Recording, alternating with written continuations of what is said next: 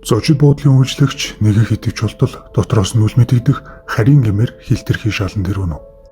Үйлчлэгч хилтэрхийг авах гэтэл 14 давхраас шууд нэг давхар руу очин газар дээрээ үхэн тэр. Зочид буудлын ажилтнууд амьгүй болсон үйлчлэгчийг хаанаас ойжсныг гайхан харгажээ. Учир нь нэг давхрын таз огт гэмтээгүй байв. Удалгүй тагнуулын төв газрын мөрдөгчд хэргийн газар ирхэн тэр.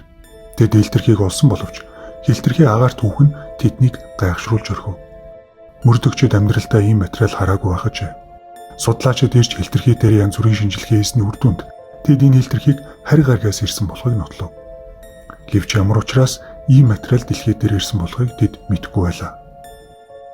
Дараа нь мөрдөгчд бүрч хачирхалтай дуудлага хүлээж ав.